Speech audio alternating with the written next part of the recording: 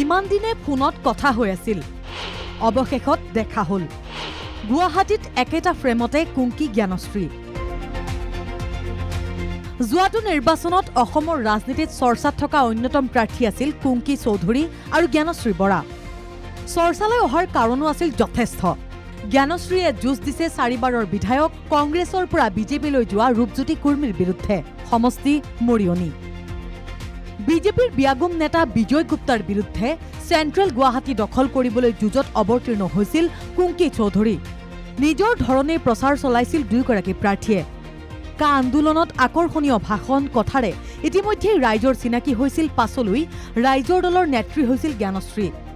কুংকিৰ কথা আকৌ কৈছিল মুখ্যমন্ত্ৰীয়ে সমালোচনা আক্ৰমণ হলেও সেয়াই হৈছিল কুংকিৰ ৰাজনৈতিক কেৰিয়াৰৰ টাৰ্নিং পইণ্ট অসমবাসীৰ ওচৰত যেন মুখ্যমন্ত্ৰীয়ে চিনাকি কৰি দিলে কুংকি চৌধুৰীক তাৰ পাছত এজাহাৰ অভিযোগ অনেক কিবাকিবি এই দুই চৰ্চিত প্ৰাৰ্থী অৱশেষত একেলগে গুৱাহাটীৰ হোটেলত বিৰোধী ঐক্যৰ প্ৰাৰ্থীসকলৰ পৰ্যালোচনা বৈঠক সেই বৈঠকতে উপস্থিত থাকিল অসম জাতীয় পৰিষদৰ প্ৰাৰ্থী কুংকি আৰু ৰাইজৰ দলৰ প্ৰাৰ্থী জ্ঞানশ্ৰী প্ৰথমবাৰলৈ লগ হ'ল জ্ঞানশ্ৰী কুংকি আলিংগন কুংকি চৌধুৰীয়ে কলে লগ পাই ভাল লাগিল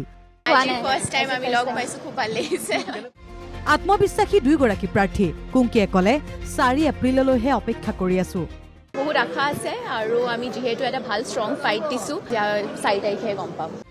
একগোট হৈছে বিৰোধী সকলো আশাবাদী সকলোৱে নিজৰ ধৰণে প্ৰচাৰ চলালে নিৰ্বাচনত অৱতীৰ্ণ হল এতিয়া ফলাফললৈ অপেক্ষা হৰাজিকাৰ খেল সোমাই আছে ইভিএমত কিন্তু যুৱ প্ৰজন্মৰ প্ৰতিনিধিৰ সক্ৰিয় ৰাজনীতিৰ প্ৰতি এই আগ্ৰহ স্বাভাৱিকতেই ভাল লগা কথা